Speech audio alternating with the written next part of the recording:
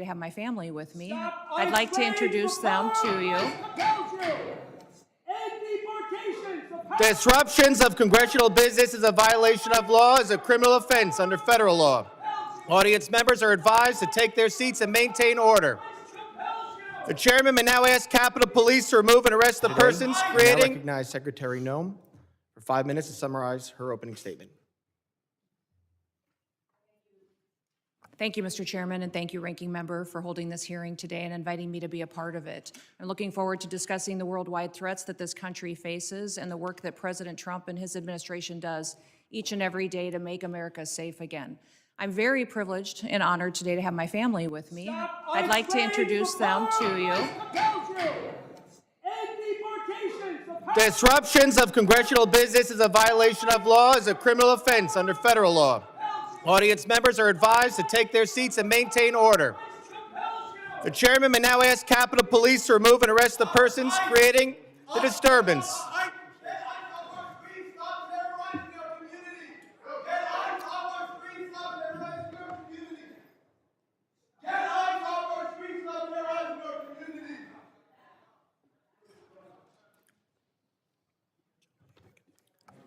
Secretary may continue. I'll continue.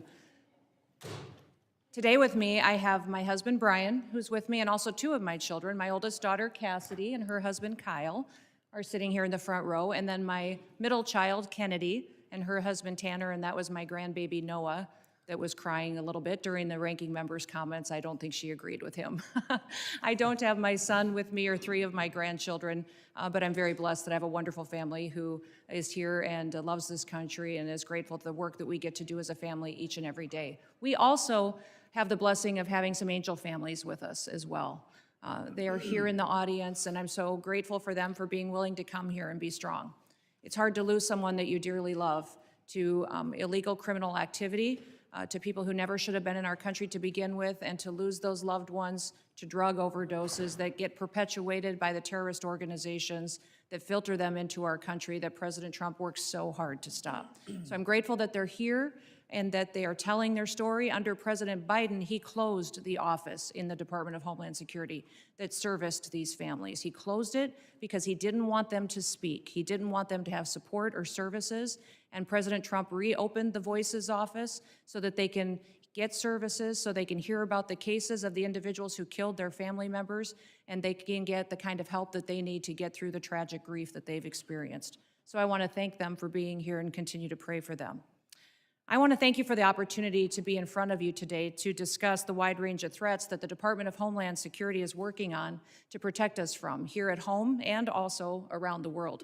Just 2 weeks ago, the day before Thanksgiving, a terrorist shot two of our National Guardsmen in Washington, D.C., killing Sarah Beckstrom dead, and Staff Sergeant Andrew Wolf is still fighting for his life. Fortunately, we've had some really good news about Andrew recently, and he had the opportunity to stand up and is a miracle, and we're so grateful for his family for being so strong. We continue to lift him up and pray he has a full recovery. The terrorist who shot them was an Afghan national who entered the United States under Operation Allies Welcome. The same week, we arrested another Afghan national who came in under the same program. He was planning to carry out a bombing in Fort Worth, Texas. And just last week, just miles away in Washington, D.C., we arrested another Afghan national who also came in under Operation Allies Welcome. That individual provided support to the Islamic State of Iraq and ISIS-K and weapons to his father, who was a commander of a militia group in Afghanistan.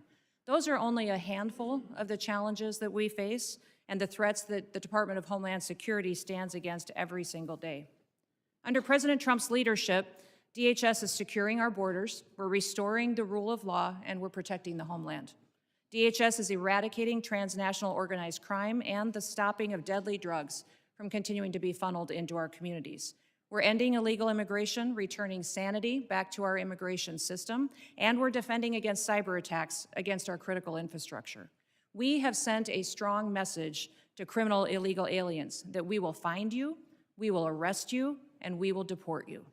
Our message has resonated to over 1.5 million illegal aliens who have gone home on their own voluntarily. At the same time, we as a country are still dealing with the mistakes, the errors, and the willful disregard of the last administration.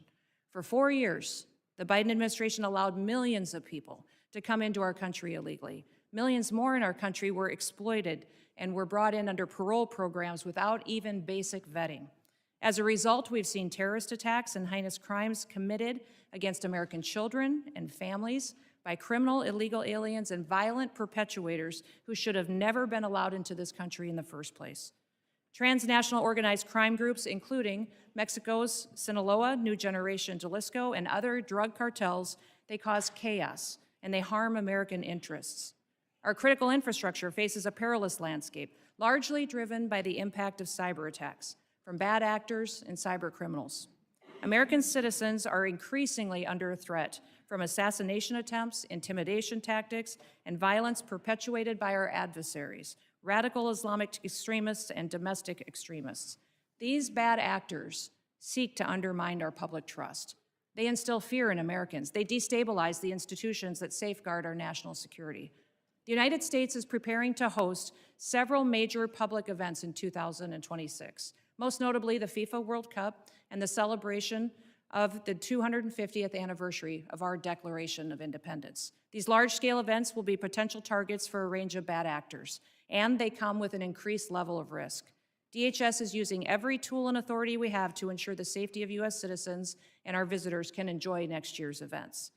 Radicalized domestic violent extremists and lone actors are a concern, and intentional targeting and murderous attacks on ICE agents in Texas, parishioners in Michigan, and 2 National Guardsmen here in Washington, D.C. are just some of the acts, the despicable examples that unfortunately are becoming too common. These threats underscore a clear need for security strategies that counter both large-scale and individualized attacks. We will remain alert in our mission to protect this country. We will protect our citizens. And as we enter into a historic year, America will be on the world stage. Our economy faces challenges from anti-competitive and illicit foreign economic practices that hurt the prosperity of all Americans. Those include economic espionage, intellectual property theft, and customs fraud.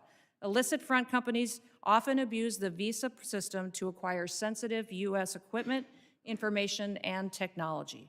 Economic security is national security because a country that cannot feed itself, can't fuel itself, and cannot provide for itself cannot possibly defend itself.